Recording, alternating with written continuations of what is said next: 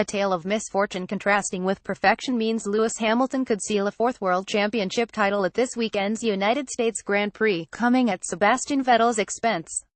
It may not be a likely scenario given that Hamilton needs to win the Grand Prix and have Vettel finish sixth or lower, but it is also not unimaginable given Ferrari's recent troubles.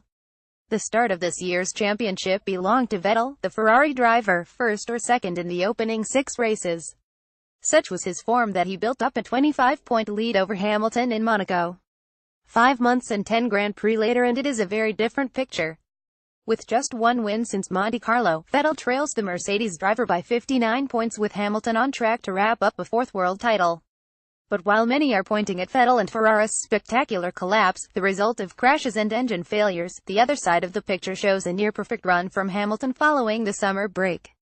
Triumphant in 4 of the last 5 races, and second in the only one he didn't win, the Mercedes driver has taken it to another level. His 59-point advantage means he could wrap up the Drivers' Championship this Sunday in Austin. It is a Grand Prix that has belonged to the Brits since the Circuit of the Americas first hosted the United States GP back in 2012. With 4 wins in 5 seasons, and the place where he secured title number 3 in 2015, Hamilton heads to Austin, bearing the favorite tag at a track that he loves. And there's a lot to love about Austin.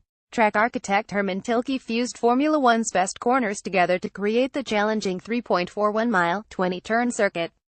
The design of Circuit of the Americas incorporates Silverstone's legendary Maggotts Beckett's Chapel sequence, the famous Senna-S's of Interlagos, Hockenheim's Arena Bends, and there's even a replica of Istanbul's Turn 8. It is a track designed for the visual and for the racing. It must be noted, though, that the only other driver aside from Hamilton to take the checkered flag at COTA was Vettel, who in 2013 turned his pole position into a race win. But while Hamilton is chasing a piece of history, and Vettel is determined to stay in the game, it is a weekend of firsts for other drivers further down the order. Carlos Sainz is making his Renault debut after joining his 2018 team 4 races early following Jolyon Palmer's departure, after 35 starts and 9 points, from the team, and likely Formula One. Going up against the much-lauded Nico Hülkenberg, it may not be a fair fight to start with given Hülkenberg's experience with the team and the RS17, but it sets the stage for what could be one of the best lineups and inter-team battles for 2018. Sainz' Toro Rosso seat has gone to New Zealander Brendan Hartley, who at age 27 is making his Formula One debut.